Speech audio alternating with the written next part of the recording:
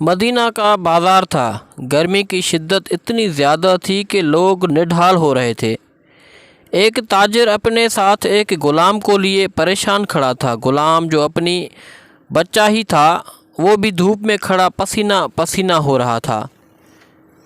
تاجر کا سارا مال اچھے داموں بک گیا، بس یہ غلام ہی تھا جسے خریدنے میں کوئی بھی دلچسپی نہیں دکھا رہا تھا۔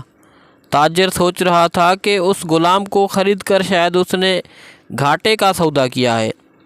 اس نے تو سوچا تھا کہ اچھا منافع ملے گا، لیکن یہاں تو اصل لاگت ملنا بھی دشوار ہو رہا تھا۔ اس نے سوچ لیا تھا کہ اب اگر یہ غلام پوری قیمت پر بھی بکا تو وہ اسے فوراً بیچ دے گا۔ مدینہ کی ایک لڑکی کی اس غلام پر نظر پڑی تو اس نے تاجر سے پوچھا کہ یہ غلام کتنے کا بیچو گے؟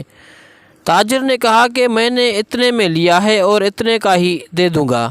اس لڑکی نے بچے پر ترس کھاتے ہوئے اسے خرید لیا۔ تاجر نے بھی خدا کا شکر ادا کیا اور واپسی کی راہ لی۔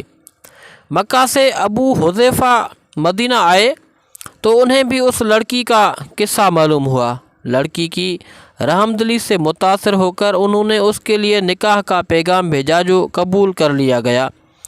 یوں واپسی پر وہ لڑکی جس کا نام ثبیتہ بنت یعار تھا ان کی بیوی بن کر ان کے ہمراہ تھی، اور وہ غلام بھی مالکن کے ساتھ مکہ پہنچ گیا۔ ابو حذیفہ مکہ آ کر اپنے پرانے دوست عثمان ابن عفان سے ملے تو انہیں کچھ بدلا ہوا پایا اور ان کے رویے میں سرد مہری محسوس کی۔ انہوں نے اپنے دوست سے استفسار کیا کہ عثمان یہ سرد مہری کیوں؟ تو عثمان بن عفان نے جواب دیا کہ میں نے اسلام قبول کر لیا ہے اور تم ابھی تک مسلمان نہیں ہوئے، تو اب ہماری دوستی کیسے چل سکتی ہے؟ ابو حذیفہ نے کہا تو پھر مجھے بھی محمد صلی اللہ علیہ وآلہ وسلم کے پاس لے چلو اور اس اسلام میں داخل کر دو جسے تم قبول کر چکے ہو۔ چنانچہ حضرت عثمان رضی اللہ تعالیٰ عنہ نے انہیں نبی کریم صلی اللہ علیہ وآلہ وسلم کی خدمت میں پیش کیا اور وہ کلمہ پڑھ کر دائرہ اسلام میں داخل ہو گئے۔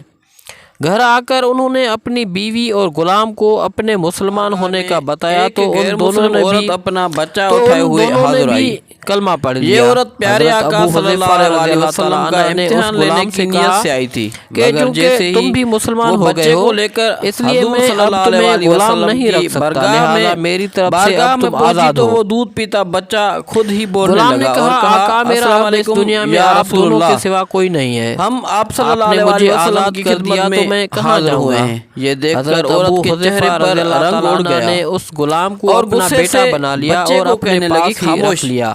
تجھے یہ غلام نے الفاظ کس قرآن نے پاک سکھائے؟ سیکھنا شروع کر دیا بچہ اور کہنے کچھ ہی لگا دنوں ماں میں بہت سا اپنے قرآن سر کے یاد اوپر کر دیکھ، لیا، جبرائیل علیہ اور وہ السلام جب کھڑے ہیں قرآن پڑھتے تو اور بہت وہ مجھے خوبصورت لہجے پورے میں چاند کی پڑھتے۔ طرح واضح نظر آ رہے وقت ہیں۔ نبی کریم وہی صلی مجھے اللہ علیہ وآلہ وصف وسلم سے رسول پہلے اللہ جن صلی اللہ صحابہ علیہ نے وسلم سکھا رہے مدینہ ہیں کی طرف ہجرت اور کی شرک ان و میں کفر حضرت کے عمر رضی اللہ ناپاک تعالیٰ علم عنہ سے ساتھ حضرت ابو حذیفہ رضی دلا اللہ رہے تعالیٰ ہیں۔ عنہ اور ان اب کا رسول یہ اللہ صلی اللہ لے علیہ پال وآلہ وسلم نے بیٹا اس بھی بچے تھا۔ سے فرمایا مدینہ اے پہنچ بچے، کر جب نماز کے یہ لیے بتا امام کہ تیرا مقرر نام کرنے کیا کا ہے؟ وقت آیا تو اس غلام بچے نے کی کہا خوبصورت میرا نام اللہ تعالیٰ کے نزدیک عبد تلاوت العزیز اور ہے، سب سے زیادہ مگر قرآن حفظ ان ہونے مشرک کی وجہ لوگوں سے نے انہیں میرا امام نام چن عبد لیا گیا، اعزا رکھا ہے۔ اور ان کی اس امامت ذات میں پاک حضرت کی عمر قسم رضی اللہ جس نے تعالیٰ عنہ جیسے آپ جلیل صلی اللہ القدر علیہ صحابی وسلم بھی کو نماز پیغمبر ادا بنایا، کرتے تھے۔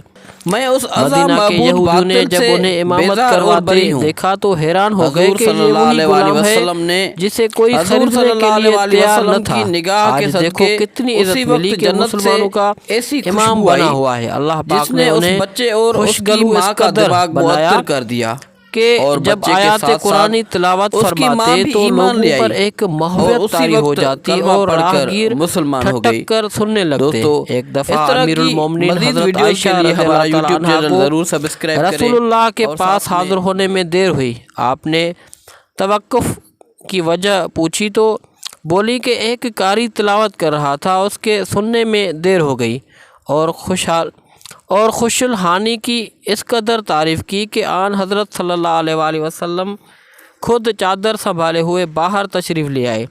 دیکھا تو وہ بیٹھے تلاوت کر رہے ہیں۔